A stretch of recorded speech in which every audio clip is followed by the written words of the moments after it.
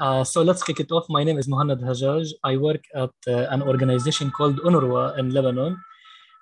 It's a UN agency that supports Palestinian refugees in Lebanon. UNRWA offers more than 30,000 in the different camps, and also about 100 or 200,000 beneficiaries of Palestinian refugees in Lebanon. And also UNRWA works in the Middle East, in Jordan, in Gaza, in the West Bank, and in Syria, and also in Lebanon.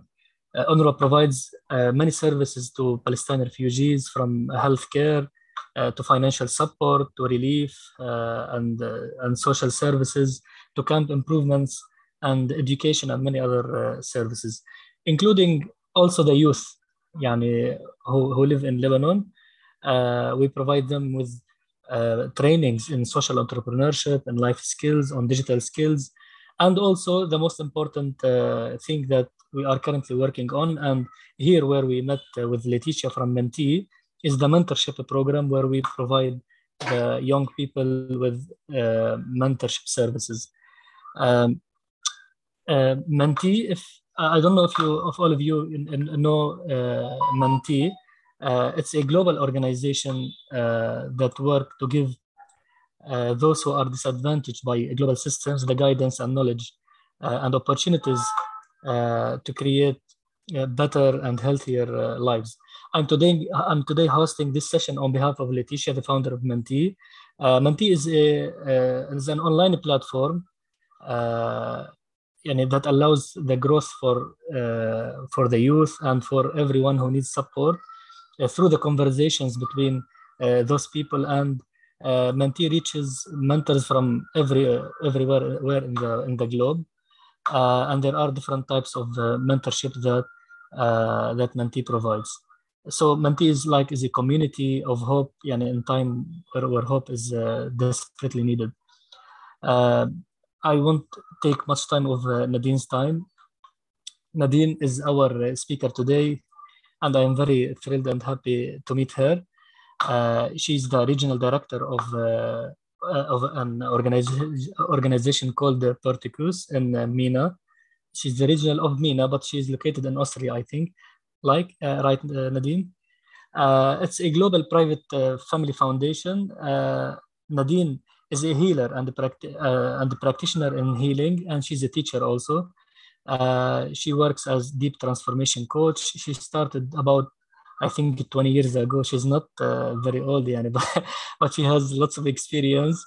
And today she's a certified practitioner in different modalities. One of them is called Theta Healing. Today, Nadine will give us an introduction about what's called manifesting techniques, and how to create your life of your dreams. And she will end with a small Higgs surprise. We are all ears, Nadine. So I'm excited to hear your wisdom, Nadine. Thank you, Mohannad, and welcome to everyone. Thank you for taking the time to creating this session together with me. So the fact that you are here with us today, it means that you are ready to co-create your dreams, to co-create your life. Maybe you have a goal, you have a dream, you have an imagined future that you want to bring into the present moment. Whatever it is, please know that you are a co-creator of whatever you're dreaming of. So, people do it every day. A lot of people have manifested all of their dreams. You have all that it takes to make this happen. And in fact, you are creating your life every day. Whatever you see in your life, in your environment around you, is created one way or another from your thoughts, your beliefs, your programming. You are manifesting your life. And I'm sure in recent years, you have heard so much the word manifesting and co-creating your life and so on, because it is a very trendy topic. There are thousands of books written about it. You might have heard inspirational speakers talking about it. But the fact is, this topic is as old as existence. Religious and spiritual scriptures have talked about it for millennia. What is most recent is that science has now proved it. And we're talking about here peer-reviewed science. So it is entering the mainstream. How the thoughts, the mind creates, or how do you co-create your life? So if you believe in the power of your mind through your religious beliefs or through your spiritual practices or beliefs, or if you are scientifically inclined, there is no more doubt that co-creation is happening through you, through your beliefs, through your thoughts, and you are co-creating your life every day. Now, the question is, if you want to deliberately do this, there is a formula for it.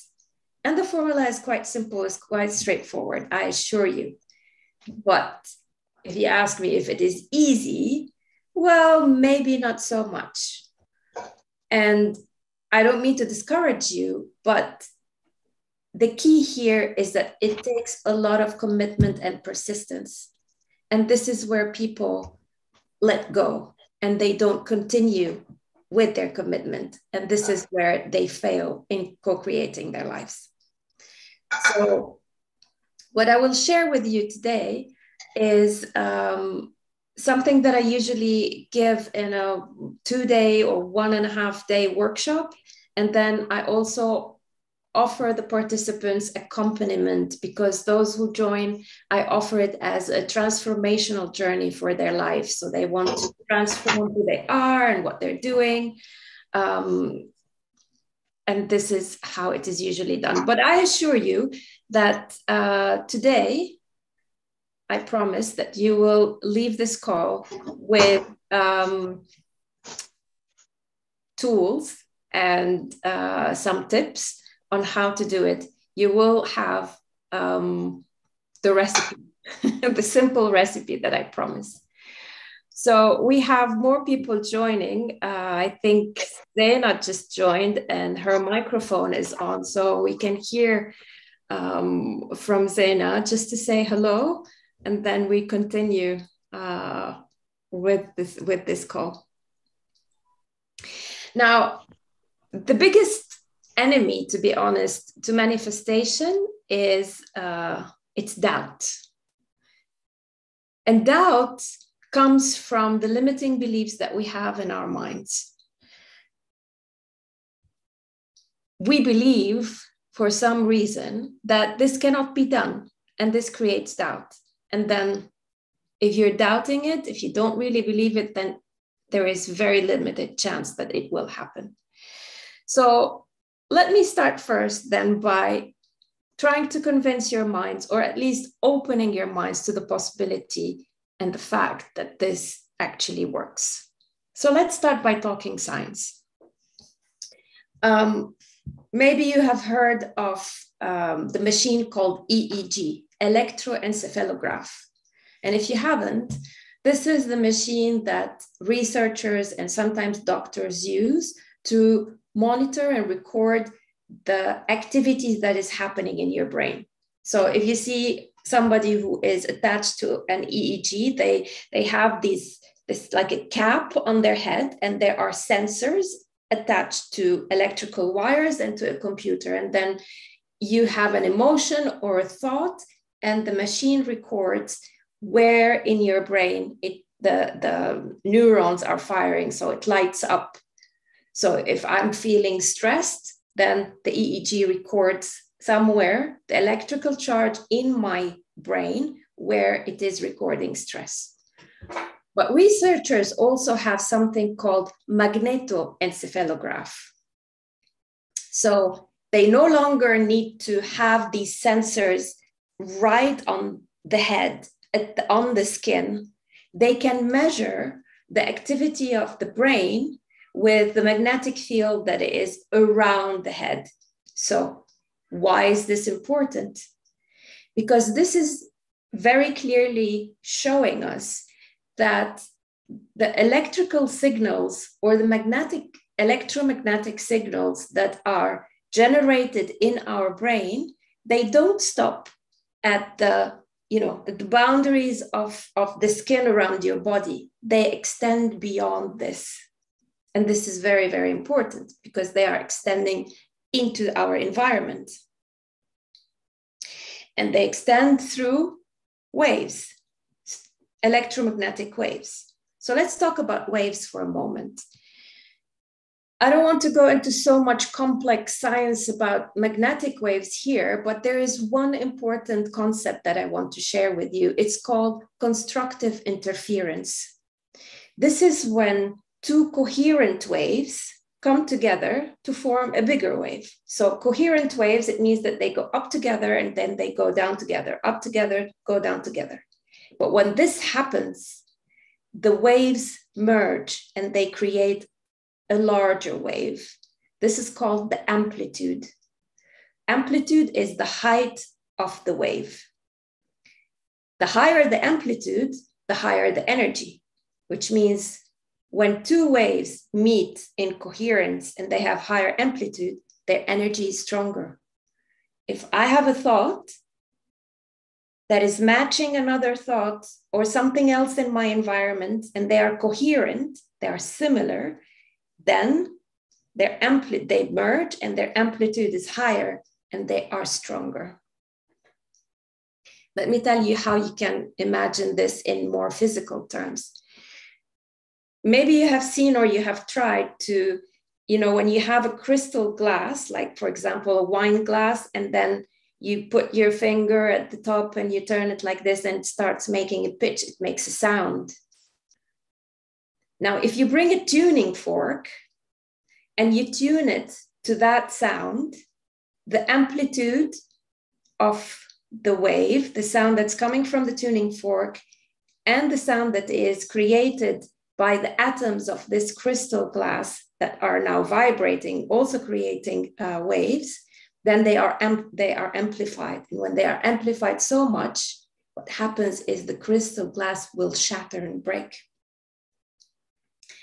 And if you try it again, like experiments, they have tried it with, let's say, bring 5 or 4 different glasses, and then each one of a different pitch, so making different sound. And then you bring the tuning fork and you have coherence with one of them. Only the one that is in coherence with the tuning fork, this is the one that will break. So you're still with me? We're jumping from one thing to the other, but now I want to bring them all together. So we know that two waves that are in coherence, they amplify, they have more energy. Remember we said that your brain now is transmitting electromagnetic waves. So your brain, your mind, your thoughts are the tuning fork. When they meet a vibration in your environment that matches them, then they are amplified.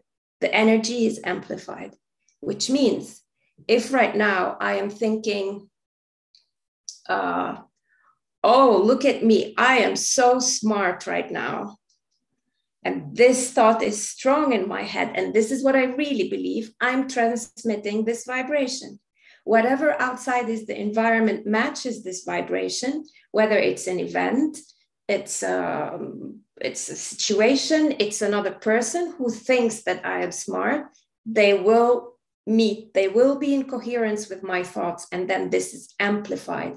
And more I see in my environment, more of these things happening because they are resonating with me and they are getting stronger because their amplitude is getting stronger.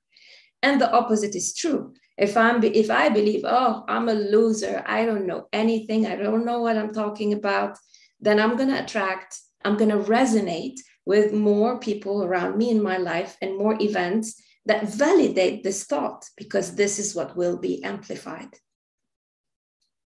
This is only one scientific explanation of how the wavelength work and how our thoughts interact with the environment.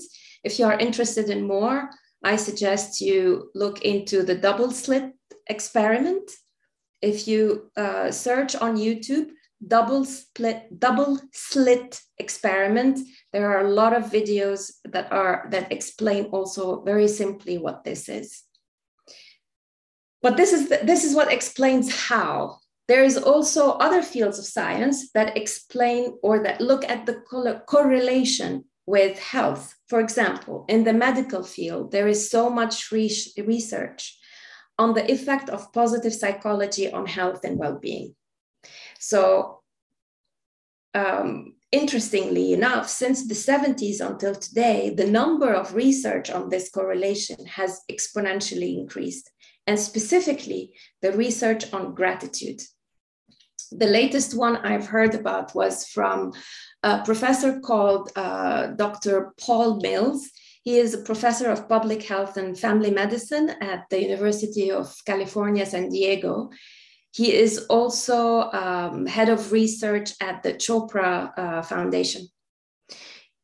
He had research on cardiac patients, and his research showed that those who have more state of dispositional gratitude, and this means that they have this attitude of gratitude regardless of what is happening around them.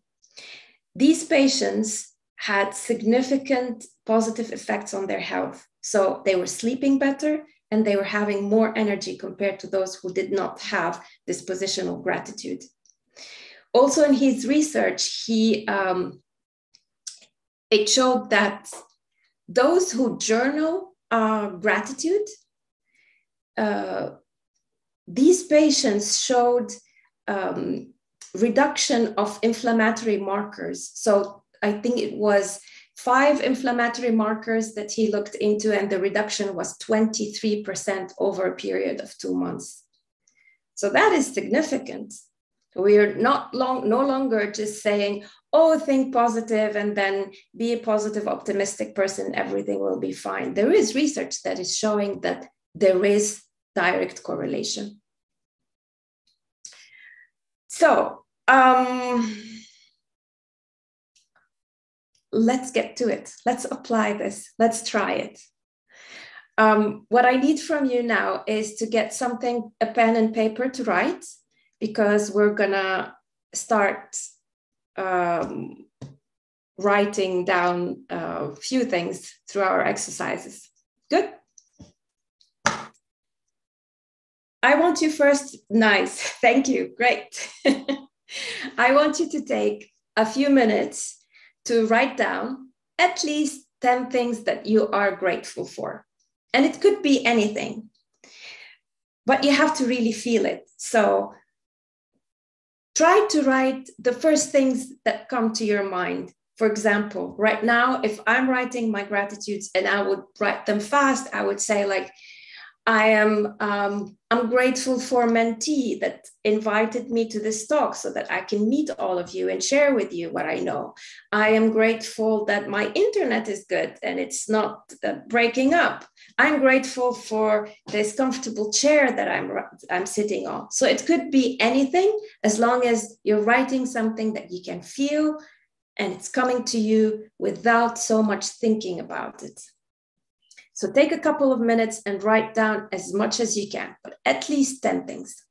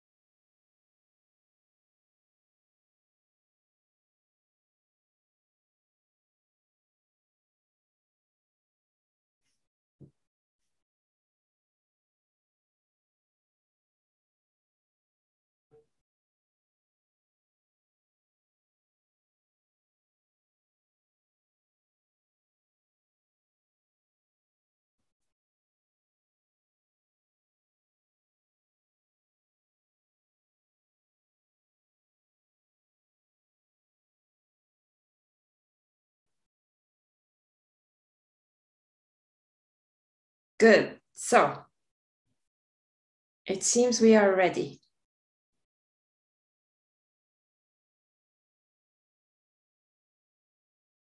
Or maybe not. I see others are still writing. Yeah. I'm glad to see that you guys have so much to write. You need more time. But let's stop at this now. So, did you feel like when you're writing, there is always something to write about? It doesn't have to be big things, as long as you can feel it, as long as you can feel the gratitude from inside. And then you shouldn't intellectualize it so much, because you start with the little things and then they become more and they become more. And then I become grateful for the good health that I have. I become grateful for just existing, for being alive. That's already something too big to be grateful for. There's always something to find that you can be grateful for. And you can build it up slowly. What I do, for example, when I'm sitting on the bus in the morning and going to work, I start doing this in my head. I don't have something to write, but I start looking around and I start saying, oh, I'm grateful there is no traffic today. I'm grateful the bus came on time.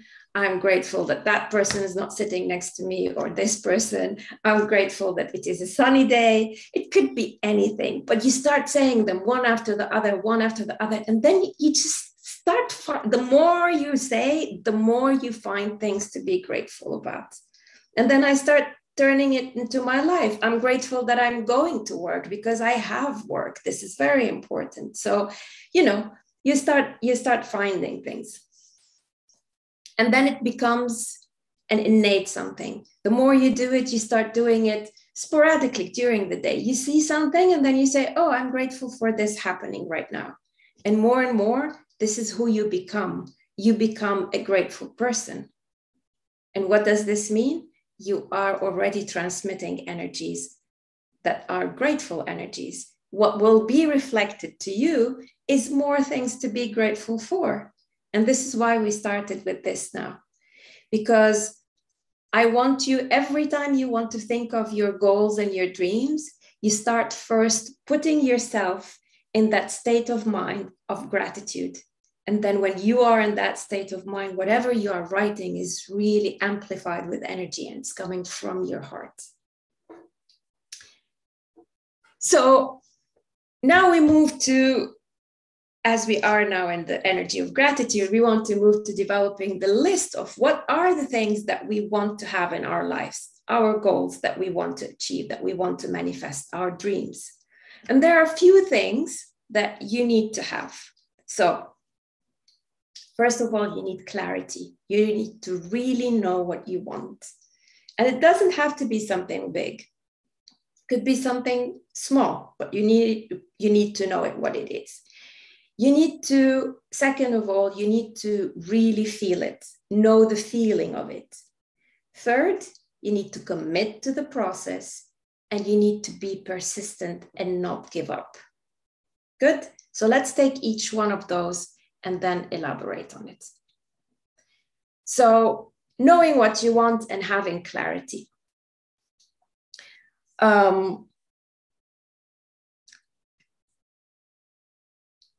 Imagine yourself painting a picture, right? Let's say it's a landscape. You first draw a mountain and maybe a house, and first it's a sketch. And then you start putting a little bit more details, and then you start putting some color, and then you add a little bit more color. And the more and more you put into it, the more detail there is in it. And this is what you are trying to do. You are painting the picture of your dream and what is it that you want to achieve, and filling it with detail, with energy. The more thought you put into it, you are amplifying its energy. And you build your list. So there are a few things that you need to be aware of, though, how you write your intention and what I mentioned as details, but they are your intentions. They are the definition of your intentions. So it's important to keep the following in mind. First of all, when you want to write it, you have to write it in the present tense. It's not something in the future. It is now. I have this in my life right now, right? And it is affirmed. That's one thing. Second thing, it has to be about you. So I cannot, for example, say that I want my neighbor to fall in love with me. I cannot infringe on somebody else's free will, right? So it has to be your thing. If I want somebody to fall in love with me, what does it mean?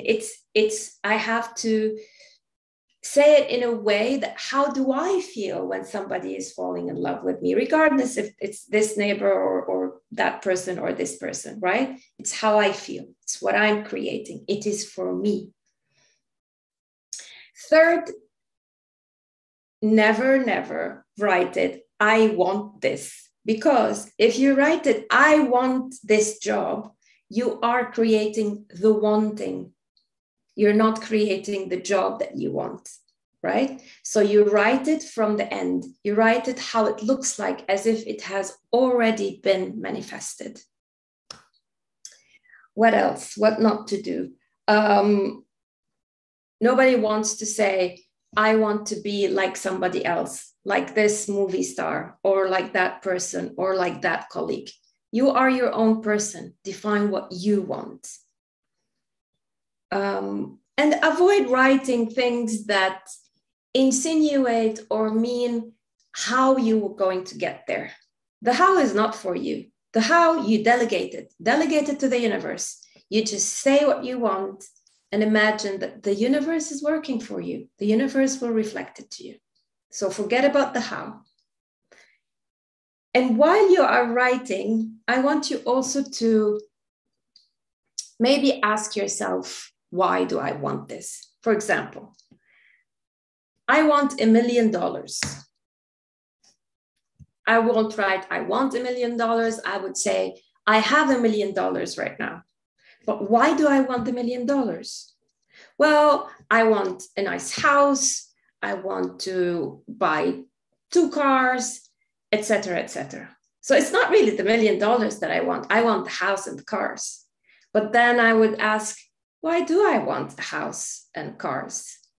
I want the house because I want stability, which means that it's stability that I want. So I then can write, I feel stable. I love my stability, right? So try to unpack it a little bit as much as you can. But doesn't mean that you cannot write that I have a beautiful new car. That's also valid. Why not, right? Anything is possible.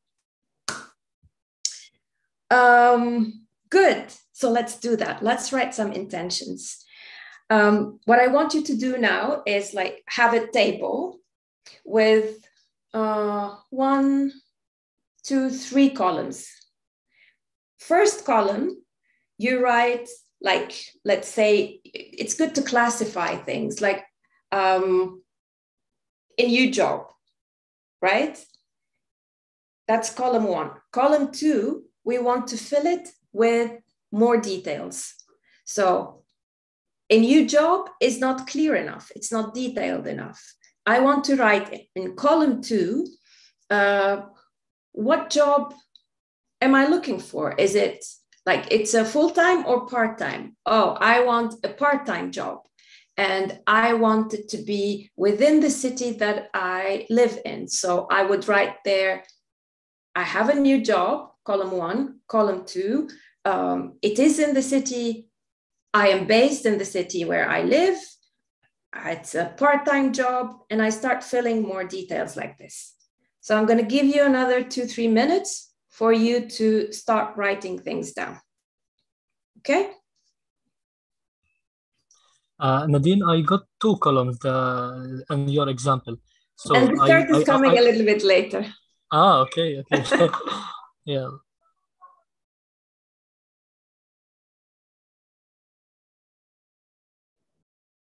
How many desires do you think we should start with?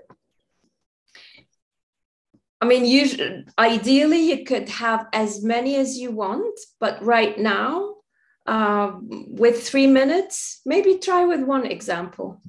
Okay. And the nice thing about this is that you can always come back to your list and fill more details, because the image that you have in your mind is going to become clearer and clearer about what you want. So the clearer the image, the stronger its energy.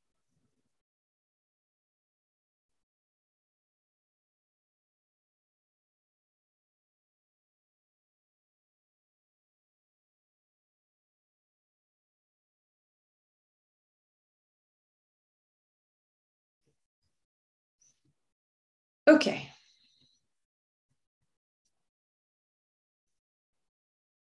So now you have sort of the sketch of the picture that you want to have, that you want to create.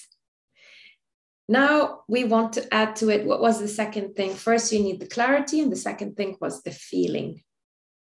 So now you don't only want to have an image of what you want, you need to really practice feeling it. So I'm gonna show you now with a small exercise how you can visualize it. And here, let me just differentiate between two things, between imagining and visualizing it the way I understand them. So sometimes when we close our eyes and we imagine something, it looks like we are watching a movie. But the way we want to visualize for manifesting is we want to see the movie from within. So we are seeing ourselves in the movie. We are living the movie. Let me explain. I want you to close your eyes. And we want to start with chocolate. If you don't like chocolate, I want you to imagine anything else that is your favorite food, but it has to be something that you eat. It has to be a food item. So now I want you to feel yourself in your seat, looking at whatever is in front of you, a table or surface that is in front of you. And from where you are sitting, you are looking at the table, there is a piece of chocolate, your favorite piece of chocolate. It's sitting there. You can see it, you see its color. And then you start touching your hands one with other so that you can feel the touch of your hands. And then you imagine or you visualize that with one hand, you reach to the piece of chocolate and you touch the piece of chocolate that's still on the table in front of you. And now you visualize that you pick it up with your hand. Now you can feel it with your hand. You feel the weight of it. It's just a few grams, but you feel it in your hand. And I want you to also feel the texture of the wrapping. It also makes sound when you move your hand on it. As you're visualizing all of this, I want you to also visualize that you are unwrapping your piece of chocolate, your favorite piece of chocolate. So what is the sound? You can hear the sound that the wrapping is making when you are unwrapping your chocolate. And you put the wrapping back on the table, but now you have the piece of chocolate in your hand and the texture is different. Now you can really feel the chocolate, but your hand is warm. So the chocolate is starting to melt on your hand. And feel how the texture of this chocolate is changing as it is melting on your hand. And now I want you to visualize that you're bringing it closer to your face, because now you can smell it. You can smell the cocoa. You can smell the chocolate. and you feel it's still starting to melt even more. So probably it's time that you put it in your mouth. Now you put the piece of chocolate in your mouth, and then you start tasting all the flavors. You're chewing on your chocolate, and you can taste the cocoa, you can taste the chocolate butter, you can taste the sweetness on your tongue, and how the textures are moving and filling your mouth. And as you are chewing it, as it is in your mouth, you're even smelling it as well. You can smell the chocolate as it is melting in your mouth. And now you're going to swallow it inside. And you feel it going down in your throat. But you can still feel the taste in your mouth, on your tongue, the sweetness, the sugar, the strength of the cocoa that is in it. And now I want you to open your eyes. How was that chocolate? You could eat, you can almost taste it. And I bet you most of you are salivating right now. I am. I love chocolate. But what I wanted you to experience here is how you really can visualize something, that you can really imagine it and visualize it in a way that you are tasting it. It becomes so real because our mind does not always differentiate if something that we are visualizing, if it is really real in the external world or it is only visualized in our head. There are a lot of experiments about this. One of the experiments is, I don't know who did this, but they brought a number of young men, and they asked them to do bicep curls.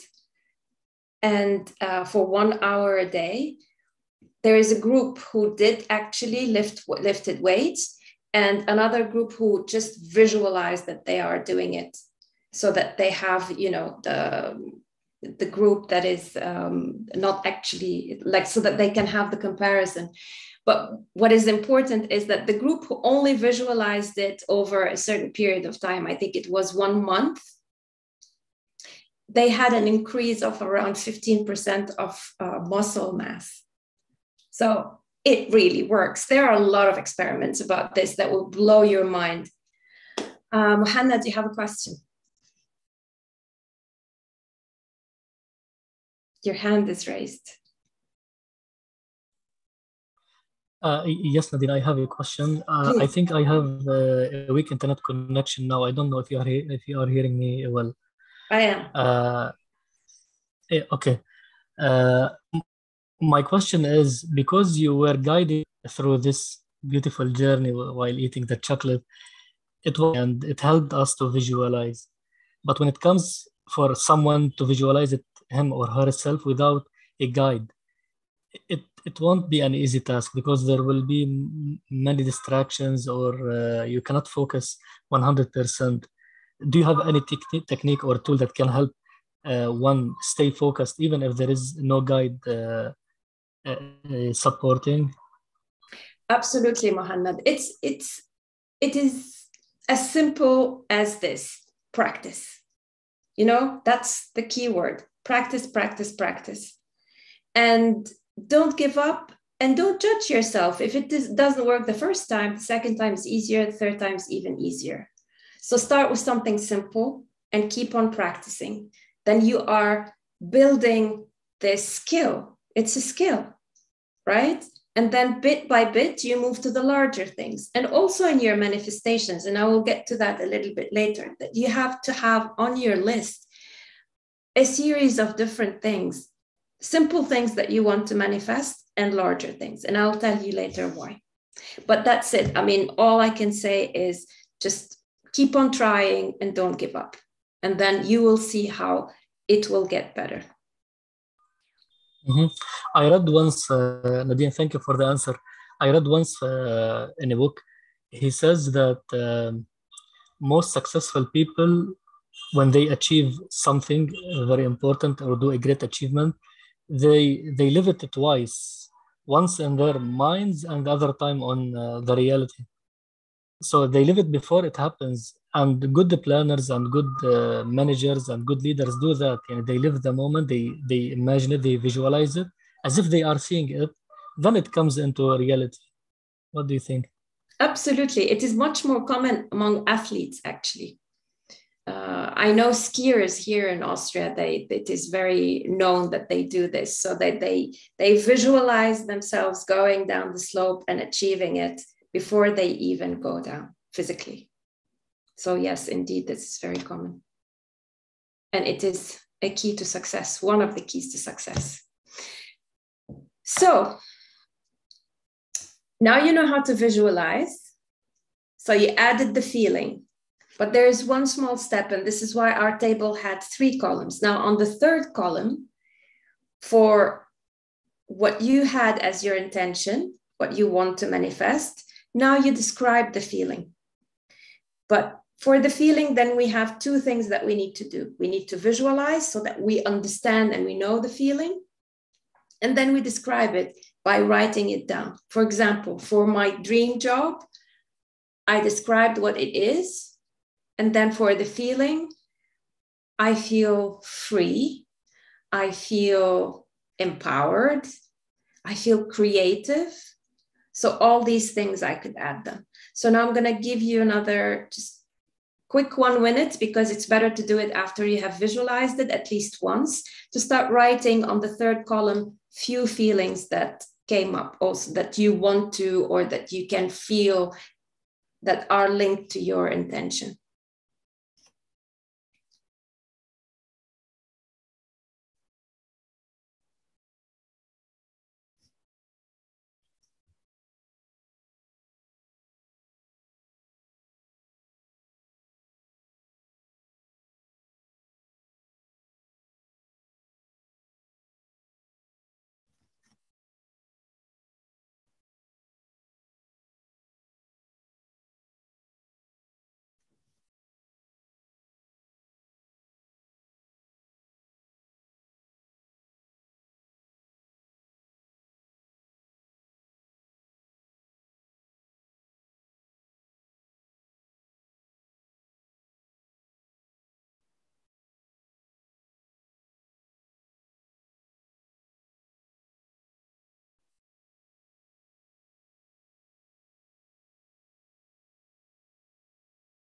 Good. So now we get to the 3rd step, which is commitment and persistence. And this is what will make it or break it, right? So what are you committing to? You are committing to regularly and daily practice your visualization and rehearse what it feels like to be in that end state. And you also need to commit to yourself and be persistent in banishing the doubt. Whenever the doubt comes up, or you start thinking, oh, how am I going to get there? How is this going to be possible? This is what creates the doubt. The minute you start thinking about the how, the doubt comes up. So when these thoughts come in, you have to catch them and say, go away. I go back to my image. I go back to the end state. I go back to the knowing that I can do it because others are doing it. It's easy, it's doable, and it is proven.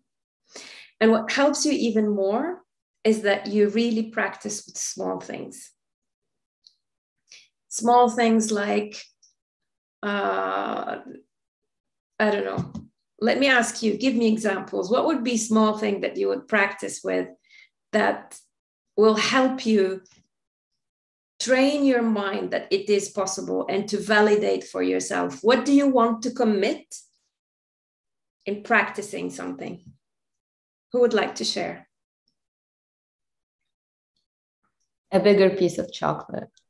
That's a very good one. Mohannad, what do you commit to? To deliver a very successful presentation and effective presentation in front of a big audience. Very good. That's a good thing, because of course you can do it. So practice with that, and then it's going to happen. And then afterwards, after it works out, you go back to your list, and then you show your mind like, look, this is what I had in my list, and this is what happened. It means that I can do it over and over again. So the idea behind this is to really, you are training your mind, or actually you are letting go of the limiting beliefs that are sometimes in your mind that tell you, you cannot do it. This is not doable, right? This is why you need to validate. And this is why you try with the small things, so that later on, when you get to the big thing, like creating the job of your dreams, creating the house that you are buying, then it becomes doable and easier to do. Good. So let me see if there are any more tips that I can share with you. Oh, one thing I want to add here is, when you are writing down your lists, or when you are visualizing, try to notice if you hit something or you write something and you feel there is resistance inside of you. Like something, you write it down and then you have fear. Oh, this might be too much. This is how you understand yourself more. This is how you understand where are your limiting beliefs. And then you can work with them. You can see, is it true?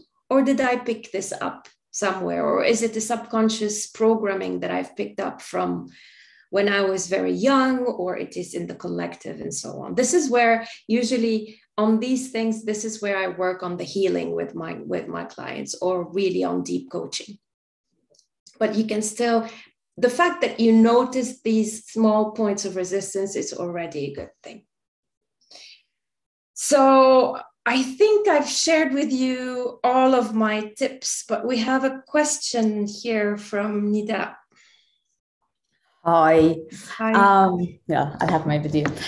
Can you talk a little bit about a similar method, but just writing it down and putting it away for a while, rather than, when you say practice it, do you mean to always write it, or just live from that feeling as often as possible?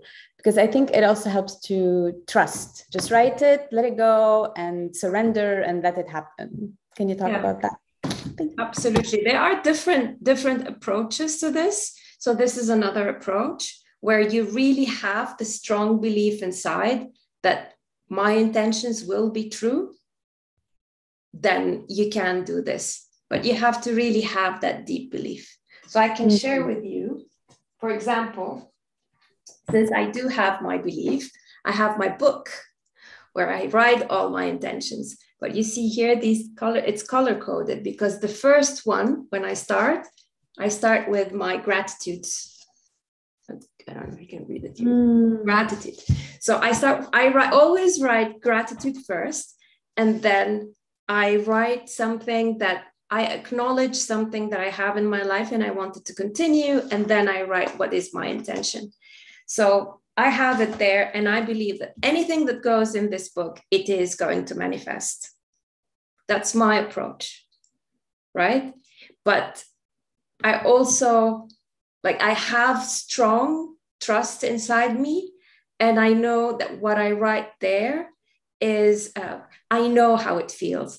I don't want to dismiss the importance of the feeling, and why I say practice it regularly and live from that feeling. It's because I want you to rehearse it enough that you really know it. You have to really know it, because your environment reflects who you are. Mm-hmm. So Absolutely. It becomes easier to happen. And sometimes if I don't want to, if I feel like I'm irritated, or I don't want to sit down and visualize, I open on my computer a Word document and I start writing. So I describe it, and then the feelings start coming up. So there are different approaches. You have to find your own and then see what works, and then you continue with it. As I said, today is just a brief introduction to what I can offer you. Thank you. Good. So the surprise is I'm gonna do a very short healing right now, or it's like amplify with more energy what you have written on your intentions, as the example that you have used. Okay, so I'm gonna do like a very short meditation with you now to amplify this and to just put more energy into your intentions, okay? So I want you to close your eyes. Take a deep breath in and release it very slowly. And take a very deep breath in. Release it very slowly.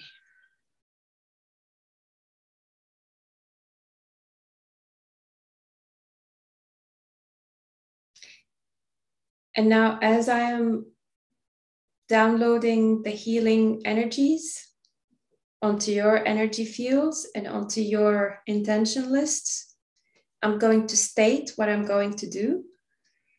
And it's up to you to accept this energy or not. If you accept it, you have to just know in your heart that you want it, and you can say yes out loud if you want. So I download energy into your energy fields. Light, love, joy. And I fill your energy fields with unconditional love.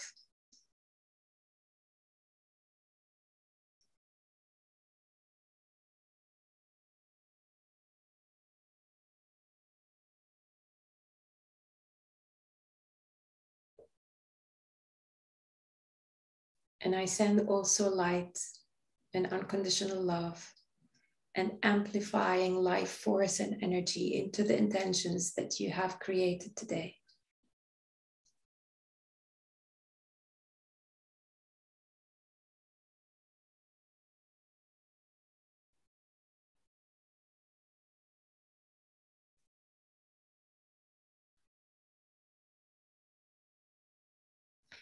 And I will fill your energy fields as well with the knowing that you can create your dreams. You know how to create your dreams, and you know that it is possible.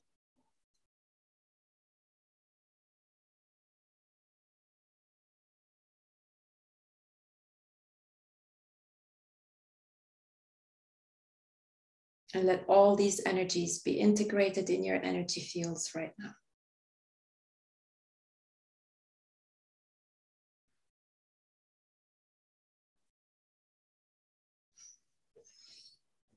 Thank you. You can open your eyes. Thank you, Nadine. Thank you, Mohannad. Thank you all for joining. Have a good evening. Thank you so much. Thank you. Thank you, Nadine. Thank you, everyone. Bye. Bye. Thank you, everyone. And nice to meet all of you. You too. Nice to meet you too. So. Happy Valentine's Day.